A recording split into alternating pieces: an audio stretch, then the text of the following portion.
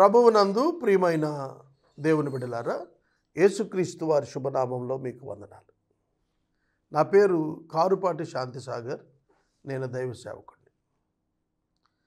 నా రక్షణ సాక్ష్యం కొద్ది క్షణాలు మీతో పంచుకుంటాను. మా తండ్రి గారు కారుపాటి జెరమియా స్వామిదాస్ గారు, శ్రీమతి సరోజిని గారు, మా తల్లి గారు విశ్వాసులు.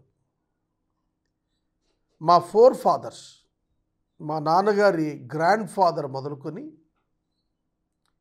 కారుపాటి ఆనందం గారు, కారుపాటి సుదర్శనం గారు, కారుపాటి కాటమరాజు గారు, కారుపాటి జెరమియా స్వామిదాస్ గారు 4 జనరేషన్స్ కూడా దేవుని సేవలో ఉన్నవారే.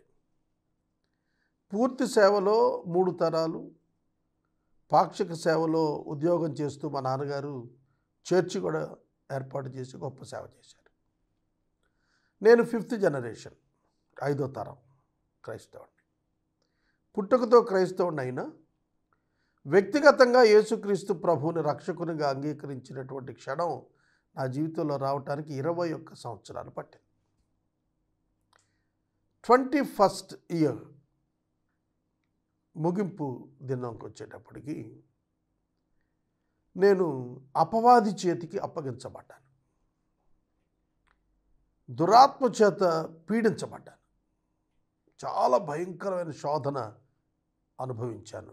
7 దినాలు లూసిఫర్ వెలుగుదూతగా నా జీవితంలో చాలా శోధన ఇచ్చాడు. దేవుడు ఆశ్చర్యకరమైన విధానంలో నన్ను రక్షించారు దాని బారి నుండి.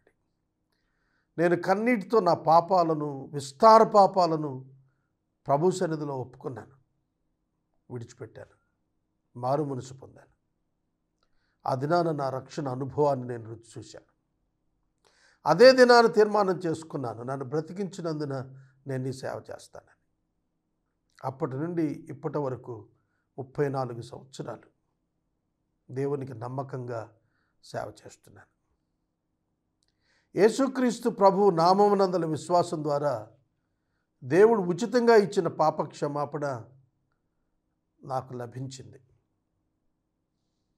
నేను దేవుని పరిచర్య కొరకు వాలంటీర్గా నా అంతటా నేను కృతజ్ఞతగా నన్ను సమర్పించుకున్నాను.